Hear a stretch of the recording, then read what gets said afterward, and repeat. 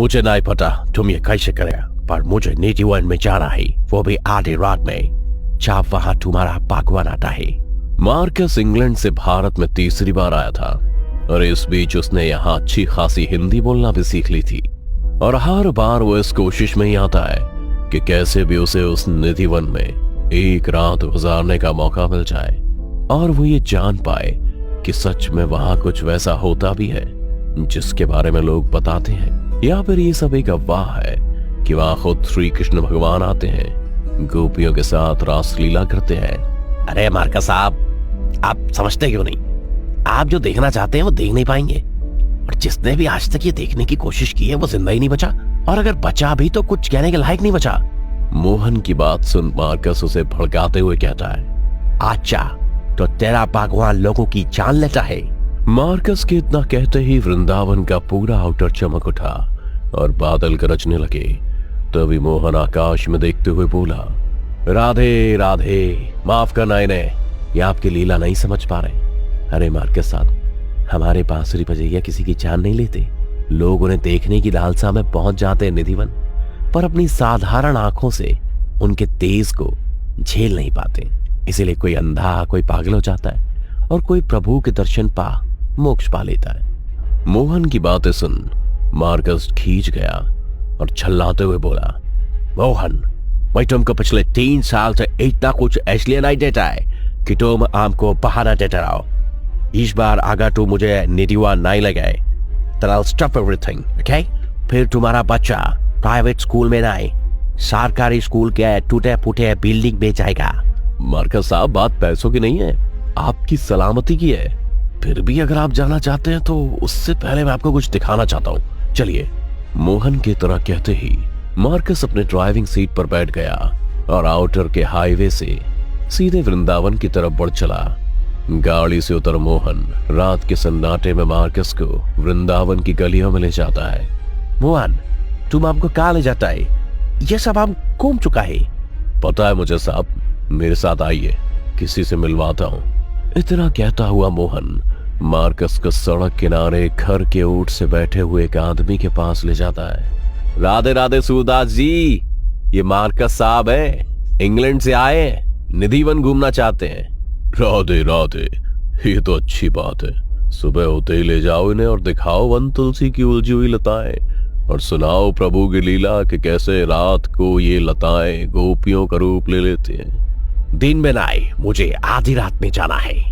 Marcus का ये लफ्ज सुनते ही वो सूरदास अपने सिर से चादर हटाता है और अपने पूरे स्वरूप को प्रकाश में ले आता है, जिसे देख मार्कस के कदम भी लड़खड़ा जाते हैं, क्योंकि सूरदास की आंखें होती ही नहीं है, उस जगह पर काले काले कट्टे होते हैं और उससे उसका चेहरा बहुत ही भयावह लगता है। तुम्हारी आंखों को क्या हुआ? मूर्ख अज्ञानी, मैं प्रभु का दर्शन को चला गया, पर यह भूल गया कि इन साधारण आंखों से प्रभु के तेज को झेल पाना मुमकिन नहीं है। सूरदास की बात सुन मार्कस हंसने लगा और फिर बोला, तुम सब झूठी कहानी बना लोगों को बेवकूफ बनाता है।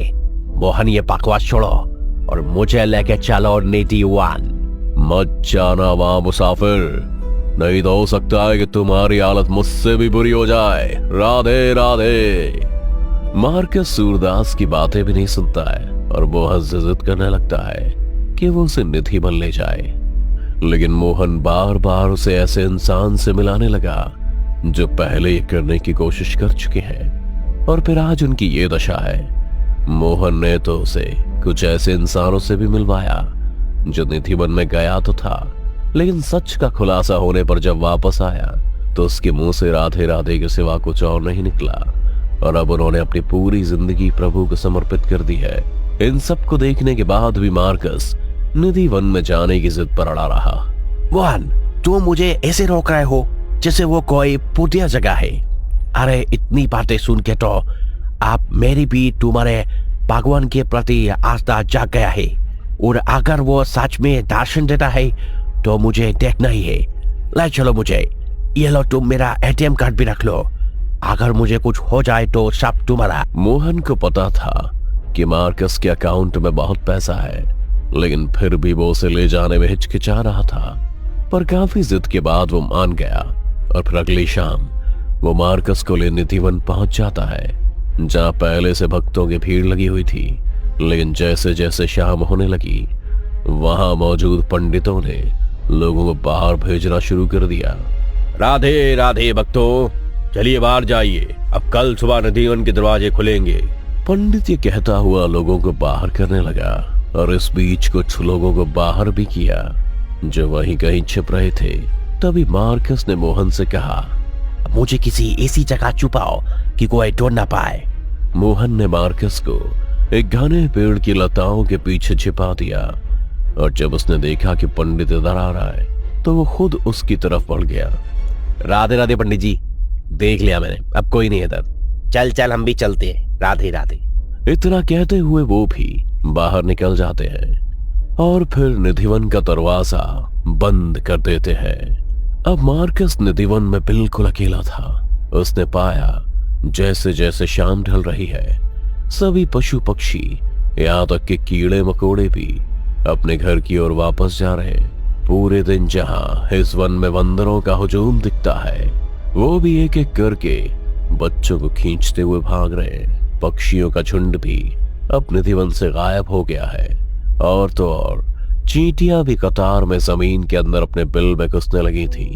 तभी अचानक से मार्कस को खिड़की और दरवाजे के बंद होने की आवाज आई। उसने नजरें घुमाई तो पाया कि आसपास जितने भी घर हैं उनकी खिड़की और दरवाजे निधिवन को खोलते हैं वो उसे बंद कर रहे थे। और यही वो वक्त था जब मार्कस के कदम पहले ही जमना शुरू हो गए और वो सोचने लगा कि कहीं उसने यहां आकर गलती तो नहीं कर दी। निधिवन के ऊपर अब घनघोर अंधेरा छा गया और हवाएं ऐसी चलने लगी जिससे वहां मौजूद सभी पेड़ों की शाखाएं झूमने लगी। पर कुछ ऐसा नहीं हो रहा था जिससे मार्कस को एहसास हो कि वहां कुछ वैसा भी होता है जिसके चर्चे उसने सुने हैं। Oh God, what am I doing here? पता नहीं आगे क्या होगा। इतना कहता हुआ मार्कस वहीं एक पेड़ के नीचे बैठ गया और अचानक से वन के अंदर ठंडी हवा बहनी शुरू हो गई। मार्कस ठंड से कांपने लगा था। उसे समझ नहीं आया कि अचानक से इतनी ठंड बढ़ी कैसे।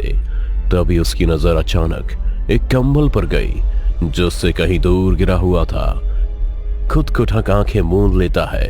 धीरे धीरे उसे गर्माहट मिलने लगती है और गर्माहट की वजह से कब उसे नींद आ गई उसे पता ही नहीं चला। और जब उसकी आंख खुलती है तो सबसे पहले उसकी नजर घड़ी पर जाती है जिसमें 2 बज रहे थे। आसपास उसने नजर घुमाई तो पाया कि सब कुछ बदल चुका है।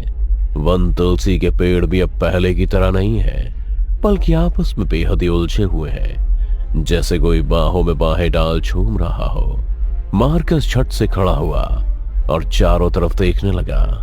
तभी उस सन्नाटे में उसके कान में एक आवाज गूंजी और उसे ऐसा लगा जैसे कोई ठीक पीछे खड़ा है उसके। डर से उसकी आंखें फट गईं और वो लड़खड़ाते हुए जुबान से बोला, कौन है? वापस किसी की आवाज नहीं आई, पर अब भी उसे ऐसा लग रहा था कि कोई है उसके पीछे। इसलिए हिम्मत करते हुए मार्कस पीछे बढ़ा, पर वहां दूर दूर तक कोई नहीं था। लगता है मेरा भ्रम था, मैं भी क्या क्या सोच रहा हूँ। मार्कस ने इतना कहा ही था कि फिर से उसे घुंघरू के बजने की आवाज आई और वो उस राहत के पीछे पीछे चल पड़ा। यह आवाज निधिवन में श्रृंगार महल से आ रही थी, जिसके बारे में मार्कस ने कई बार सुन रखा था कि यहाँ राधा रानी के लिए श्रृंगार सजता है, भोग लगता है और अगली सुबह सच में राधा रानी ने भोग ग्रहण किया है। इस वक्त तो श्रृंगार महल में हो रही हलचल और घुंघरू की आवाज सुन मार्कस को लगा कि कोई इंसान उस कमरे में है। इसलिए वो अपने मोबाइल की फ्लैश लाइट चला उस झरोके को देखने लगा, पर अंदर उसे कुछ भी दिखाई नहीं दे रहा था। तभी उसके हाथ से मोबाइल छूटा और टूट गया, जिस वजह से फ्लैश लाइट भी बंद हो गई। इधर श्रृंगार महल से घुंघरू की आवाज और भी तेज हो गई और पूरे निधिवन की लताएं आपस में उलझ जोर जोर से झूमने लगी। तभी मार्कस चिल्लाया, अरे कौन है जो मेरे साथ मजाक कर रहा है? सामने क्यों नहीं आता? बोलो, बोलते क्यों नहीं? मार्कस इतना कहते हुए जैसे ही श्रृंगार महल के अंदर झांका तो एक तेज रोशनी उसके अंदर से बाहर निकली और वो एक झटके से कहीं दूर गिर गया।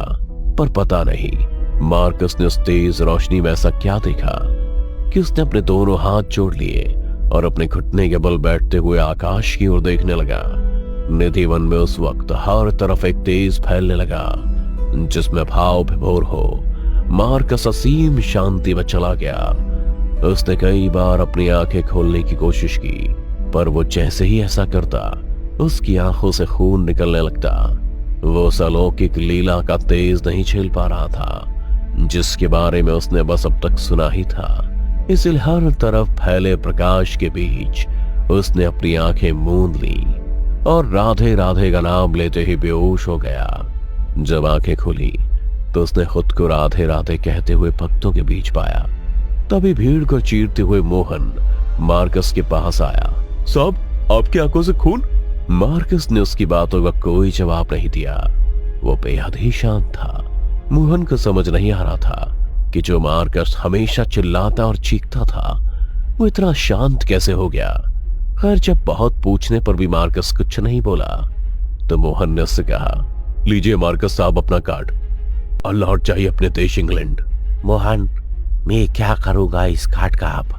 अरे प्रभु के दर्शन ने मुझे दूसरा जन्म दिया है। अब तो ये जिंदगी यही उनकी सेवा में गुजरेगी। राधे राधे। मार्कस फिर कभी इंग्लैंड नहीं लौटा। प्रभु की लीला ने उसे सदा के लिए परवासी से वृंदावासी बना दिया था।